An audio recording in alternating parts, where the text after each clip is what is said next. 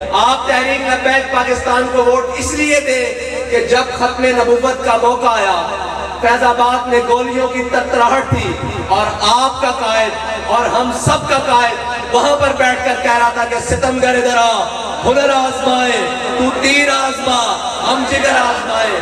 وہ جب گولیوں کی ترتراہٹ اور وہ کسی تمیز کے بغیر ہر کسی کے جسم میں گھس رہی تھی، تب آپ کا قائد بیٹھ کر کہہ رہا تھا ختم نبوت کے اوپر پہرا دیتے ہوئے کہ تسی بچے لگتے ہو، اساں یہ ہاتھ رسول اللہ دے نانا بلند کیتا، لبیک دا نعرہ لایا، اسی اس ہاتھ جو استعفیٰ لے کے واپس جانا۔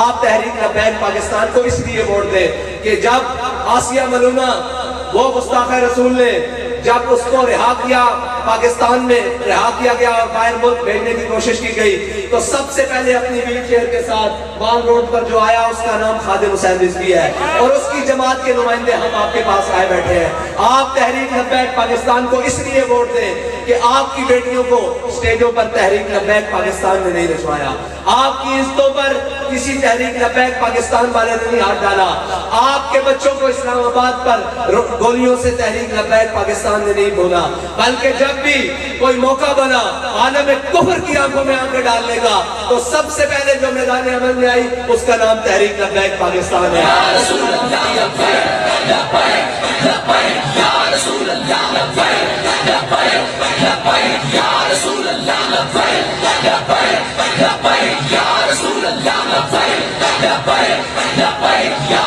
رسول اللہ لبیک۔ اور جب وڈیرا شاہی ظلم جبر اور بڑے بڑے ظالم کوئی اپنے خلاف کھڑے ہونے بات سننے کے لیے تیار نہیں تھا، تو اس ٹائم میں ایک ویل چیئر میں بابا آگے آیا، اس نے کہا اے گنڈو، تم کون ہوتے ہو حضور کی امت کا خون نوچنے والے؟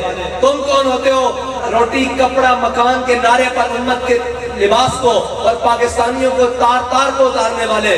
تم کون ہوتے ہو؟ ہم تمہارا مقابلہ کریں گے۔ لوگوں نے کہا جی سیاست کے لیے بڑے بڑے نام کیا ہے ڈیرے ہوں گے تو پھر بات چلے گی۔ ہمارے قائد نے کہا نہیں۔ لوگوں نے کہا سیاست کے لیے بڑی بڑی گاڑیاں اور لینڈ کروزیں ہوگی تو تب کمپین چلے گی۔ میرے قائد نے کہا نہیں۔ میرے قائد نے کہا ادھر آ، میرے قائد نے کہا تمہیں میں بتاتا ہوں علامہ اقبال کی زبانی کہ ہماری کمپین ہماری سیاست کیسے چلے گی، ہم امت کو کیسے جگائیں گے۔ تو علامہ اقبال کی زبانی بتا کر کہا آ میں تجھ کو بتاتا ہوں تقدیر امم کیا ہے۔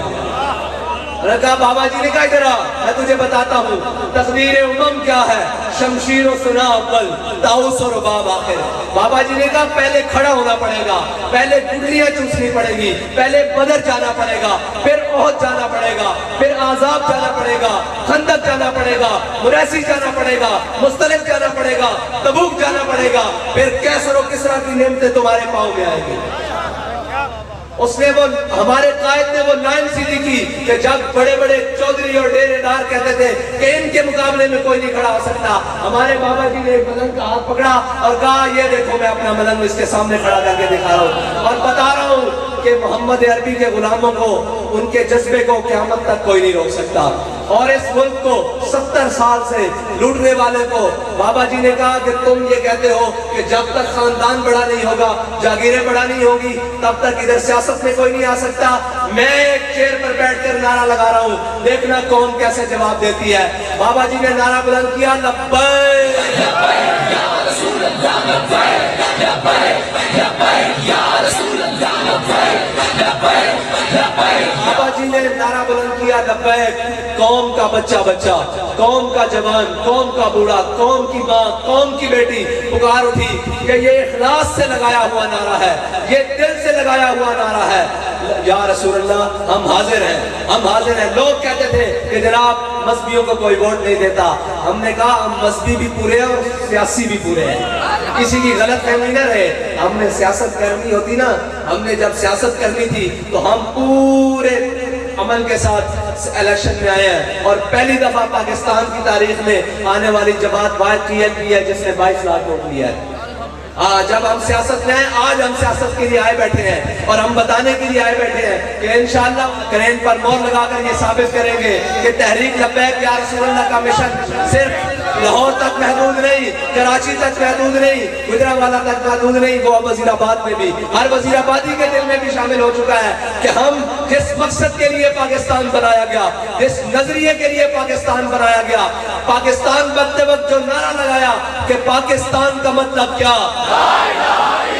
پاکستان کا مطلب کیا، دستور ریاست کیا ہوگا، جس مقصد کے لیے پاکستان بنا ہے اس مقصد کے لیے اب اہلیان پاکستان جاگ چکے ہیں۔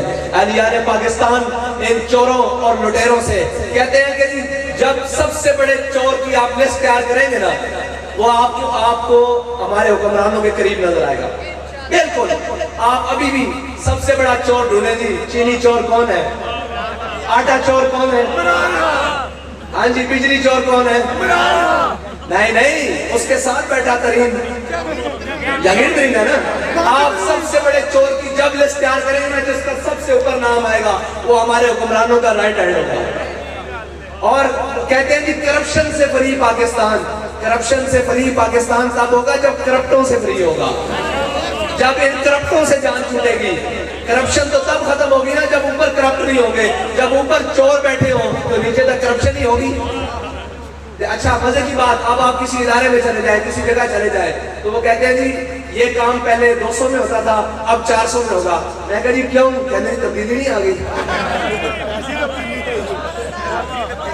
کہنے کی تبدیلی نہیں آ گئی۔ میں کہا چلے ہو جب تبدیلی آئی ہوگی نا تو 200 کا کام صرف مفت ہوتا، علامہ صاحب نے دسیا عدل مفت مل رہا ہوتا، روٹی کپڑا مکان آسان ہو چکے ہوتے۔ انہاں مطلب تبدیلی نہیں آئی، تبدیلی دے نا تے قوم نو دھوکہ دیتا گیا اور قوم جاگ چکی۔ قوم تبدیلی دے نا تے یا کسی بھی بوسیدہ نا تے اور دھوکہ کھان نو تیار نہیں۔